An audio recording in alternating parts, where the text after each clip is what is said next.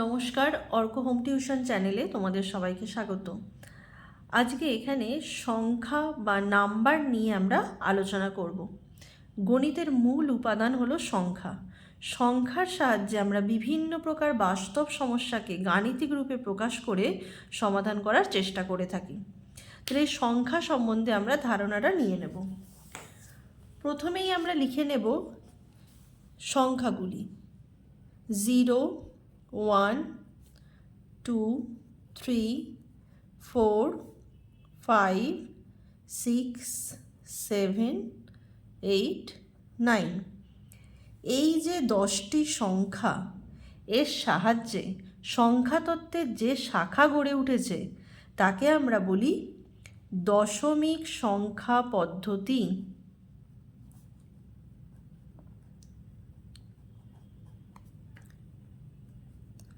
বা decimal number system.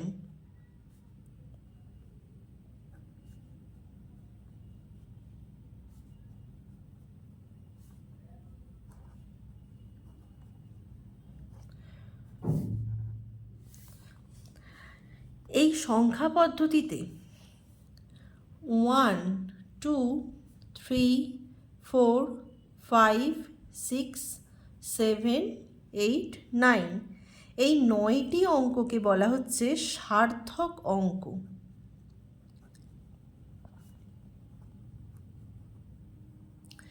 বা effective digit.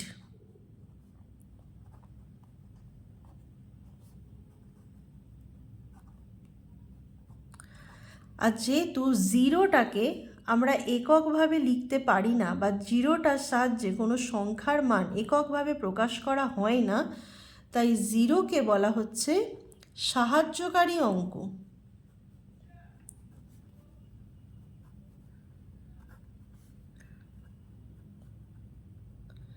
বা হেল্পিং ডিজিট।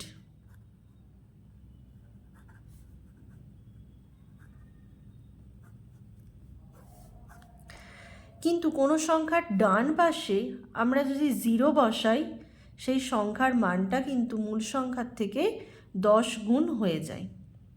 এবারে আমরা এই সংখ্যাকে তাদের বৈশিষ্ট্য অনুযায়ী বিভিন্ন ভাগে ভাগ করে থাকি।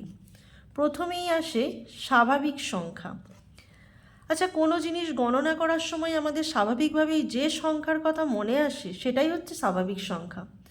যেমন শ্রেণীকক্ষে আজকে কজন ছাত্রছাত্রী উপস্থিত সেটা গণনার সময় আমরা বলে থাকি 1, 2, 3 ইত্যাদি করে গুনতে থাকি। তাহলে এইগুলোই হচ্ছে স্বাভাবিক সংখ্যা। তাহলে স্বাভাবিক সংখ্যা কারা? 1, 2, 3 থেকে ... কারণ স্বাভাবিক সংখ্যার সবচেয়ে বড় স্বাভাবিক সংখ্যা বলে কিছু নেই, কিন্তু সবচেয়ে ছোট স্বাভাবিক সংখ্যা হচ্ছে 1। আর দুটি পরপর স্বাভাবিক সংখ্যার পার্থক্য সর্বদা কিন্তু 1 হবে। এবারে চলে আসি অখণ্ড সংখ্যা বা হোল নাম্বার। কোনো কিছু পূর্ণ বা গোটা বোঝাতে আমরা এই জাতীয় সংখ্যাটা ব্যবহার করে থাকি। তাহলে অখণ্ড সংখ্যা আমরা কোথায় ব্যবহার করে থাকি? কোনো কিছু পূর্ণ বা গোটা বোঝাতে। যেমন একটি আপেল, দুটি লেবু। তেমনি কোনো আপেল নেই বা কোনো লেবু নেই, সেটা বোঝাতে আমরা কি ব্যবহার করে থাকি? শূন্য ব্যবহার করে থাকি। তাহলে শূন্যও কিন্তু অখণ্ড সংখ্যার শ্রেণীভুক্ত। তাহলে অখণ্ড সংখ্যা কারা? 0 থেকে শুরু করে এরা সবাই হচ্ছে অখণ্ড সংখ্যা। শূন্য ব্যতীত সব অখণ্ড সংখ্যাই কিন্তু কি সংখ্যা? স্বাভাবিক সংখ্যা। শূন্য ছাড়া সব অখণ্ড সংখ্যাই স্বাভাবিক সংখ্যা। সবচেয়ে ছোট অখণ্ড সংখ্যা হচ্ছে 0, আর সবচেয়ে বড় অখণ্ড সংখ্যা বলে কিন্তু কিছু নেই। এবারে আমরা চলে আসব, এই যে সংখ্যাটা যখনই শিখলাম, কোনো সংখ্যার মধ্যে অবস্থিত কোনো অঙ্কের স্থানীয় মান বা প্রকৃত মান কোনটা। তাহলে এখানে আমরা যে কোনো অঙ্কের স্থানীয় মান বা প্রকৃত মান সম্বন্ধে ধারণা নেব। একটা সংখ্যা লেখা যাক।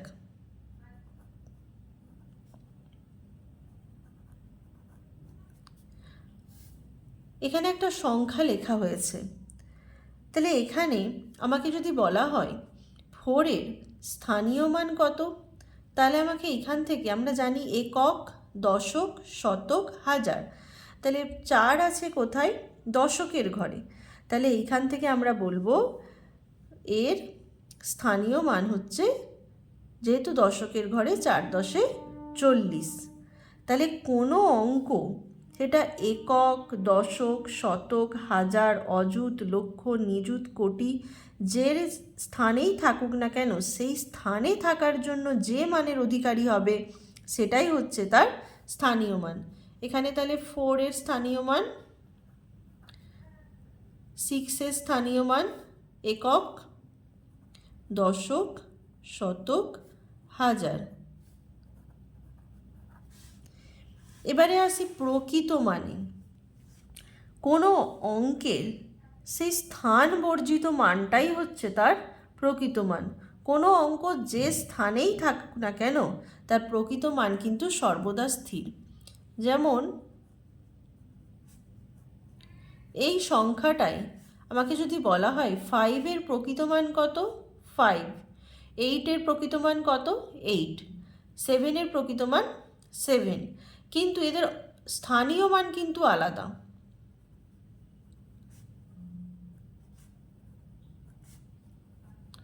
এখানে কিন্তু এই 8টার স্থানীয় মান হচ্ছে 1, 2, 3, 4, 4টে শূন্য অ্যাড করে দিলাম, এটা হচ্ছে স্থানীয় মান। কিন্তু 8-এর প্রকৃত মান কিন্তু 8। তাহলে কোনো অঙ্কে স্থান বর্জিত যে মানটা, সেটাই হলো তার প্রকৃত মান। অর্থাৎ কোনো অঙ্ক, কোনো সংখ্যার যে স্থানেই থাকুক না কেন, তার প্রকৃত মান কিন্তু সর্বদা স্থির থাকবে। এবারে আমরা স্বাভাবিক সংখ্যাকে কয়েকটা ভাগে ভাগ করে নেব। এবারে আমরা স্বাভাবিক সংখ্যা সম্বন্ধে আরও কিছু জিনিস জেনে নেব। যেমন স্বাভাবিক সংখ্যা বা ন্যাচারাল নাম্বারকে 2 ভাগে ভাগ করা হয়েছে। একটা হচ্ছে জোড় সংখ্যা বা যুগ্ম সংখ্যা বা ইভেন নাম্বার, আর একটা হচ্ছে বিজোড় সংখ্যা বা অযুগ্ম সংখ্যা বা ওড নাম্বার। তাহলে স্বাভাবিক সংখ্যা দুটো ভাগ হয়েছে, একটা জোড় সংখ্যা আর একটা বিজোড় সংখ্যা। এবারে আমরা জেনে নেব জোড় সংখ্যা কারা। যে সকল সংখ্যা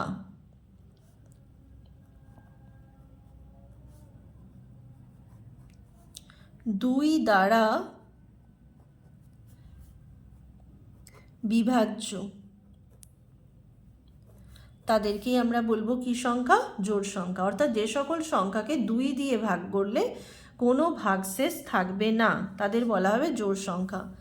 যেমন 4, 6, 8, 10, 12, এরা সবাই হচ্ছে জোড় সংখ্যা। আর বিজোড় সংখ্যা কারা? যে সকল সংখ্যা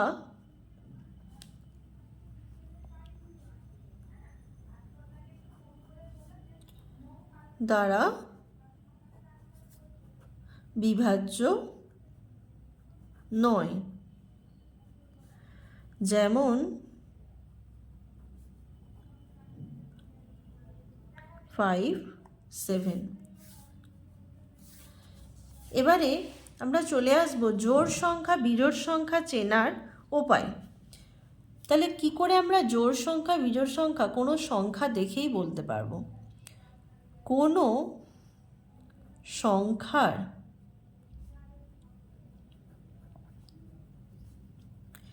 এককের ঘরে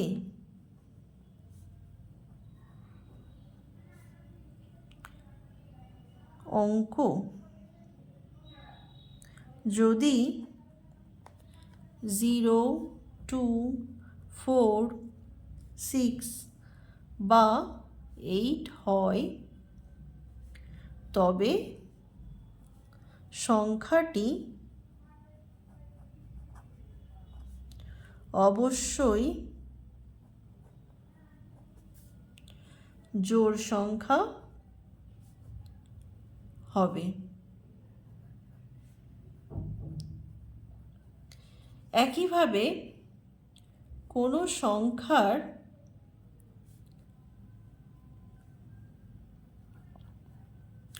এককের ঘরে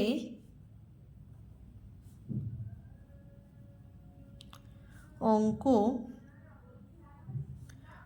1, 3, 5, 7, 9 হয়, সেটি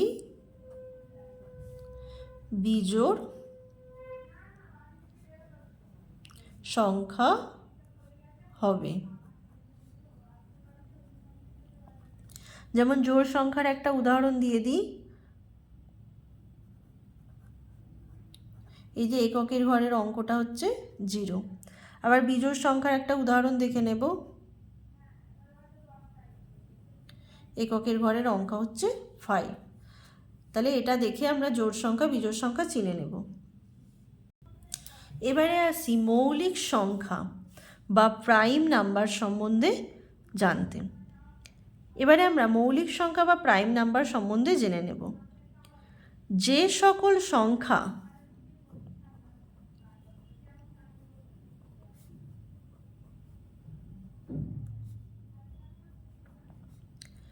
কেবলমাত্র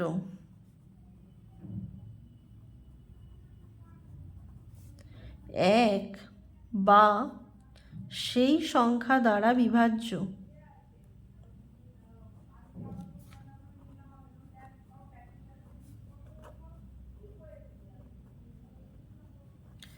তারাই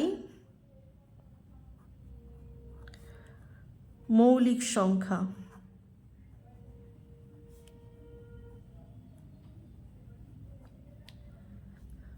যেমন 2, 3, 5, 7, একে শুধু দুটো সংখ্যা দিয়েই ভাগ করা যায়, 1 আর 7।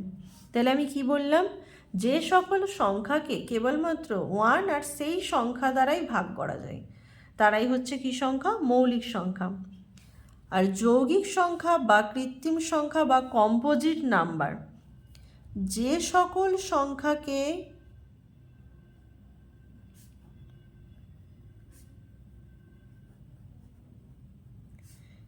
এক বা সেই সংখ্যা ছাড়া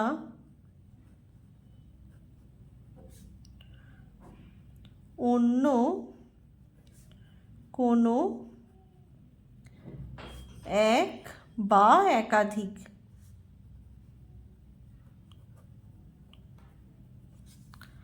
সংখ্যা দ্বারা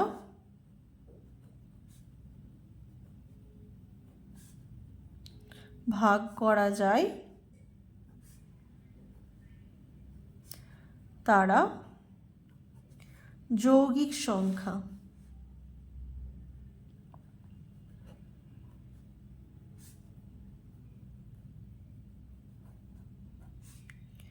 যেমন 4, 6, 8। তাহলে এখানে 8কে 1 দিয়ে ভাগ যায়, 2 দিয়ে ভাগ যায়, 4 দিয়ে ভাগ যায়, আবার 8 দিয়ে ভাগ যায়। তাহলে এরা হচ্ছে যৌগিক সংখ্যা। এবারে আমরা শিখব পরস্পর মৌলিক সংখ্যা কারা। যে সকল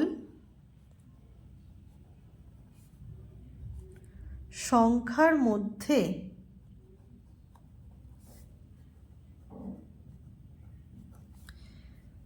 এক ছাড়া অন্য কোনো সাধারণ উৎপাদক থাকবে না,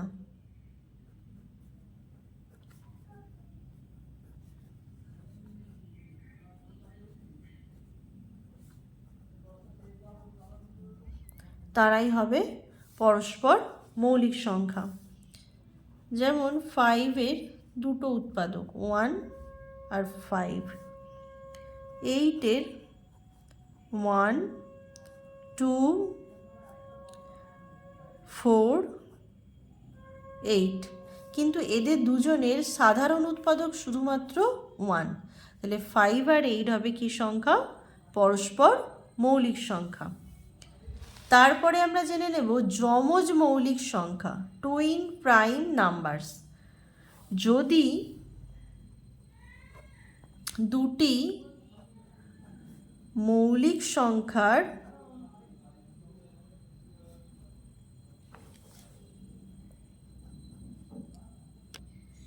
ব্যবধান 2 হয়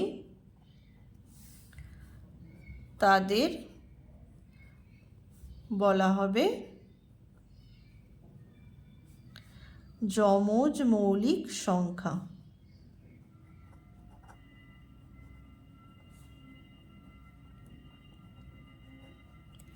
যেমন 3, 5, 5 - 3 = 2, এরা তাহলে যমজ মৌলিক সংখ্যা।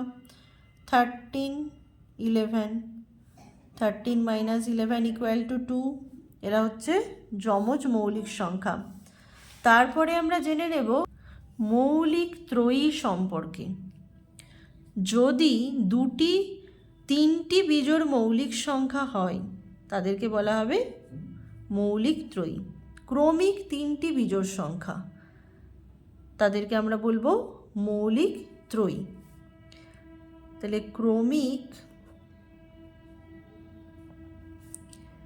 3টি বিজোড় সংখ্যাকে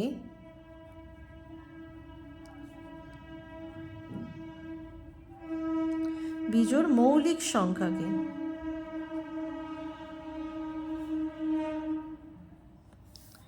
মৌলিক ত্রয়ী বলা হয়। যেমন 3, 5, 7 এরা হচ্ছে একটা মৌলিক ত্রয়ীর উদাহরণ।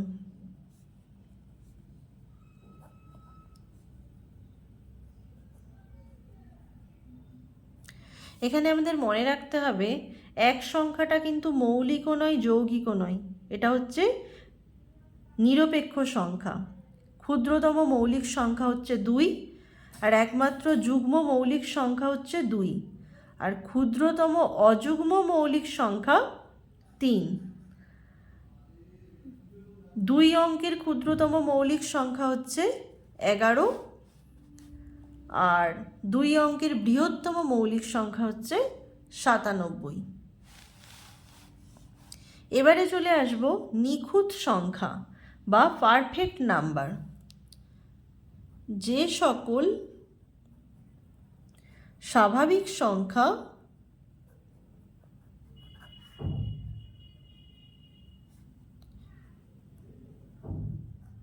সেই সংখ্যাটি ছাড়া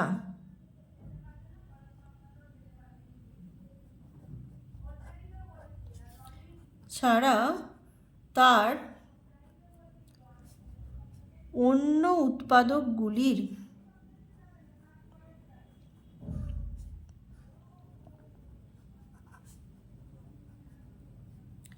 সমষ্টির সমান তাদের বলা হবে নিখুঁত সংখ্যা।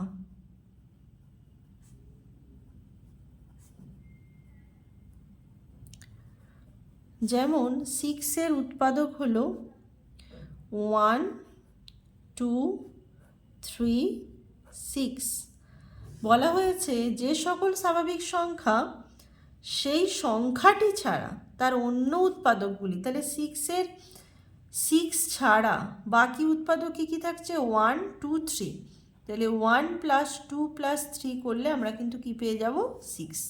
তাদের সমষ্টির সমান তাদেরকে আমরা বলবো নিখুঁত সংখ্যা। তাহলে এখানে 6 একটা নিখুঁত সংখ্যা। আবার একইভাবে 28 আমরা দেখে নেব উৎপাদক 1, 2, 4, 7, 14 আর 28। তাহলে 28 ছাড়া বাকি উৎপাদকগুলো যোগ করে নিই 1 + 2 + 4 + 7 + 14 = আমরা পাবো 2, 1, 3, 3, 4, 7, 7, 7, 14, 14, 14, 28। তাহলে 28 হচ্ছে একটি নিখুঁত সংখ্যা বা পারফেক্ট নাম্বার। তাহলে এতক্ষণ ভিডিওটি দেখার জন্য ধন্যবাদ। আজকে এতটুকুই। ভালো লাগলে আমাদের চ্যানেলটিকে সাবস্ক্রাইব করে আমাদের পাশে থাকবেন।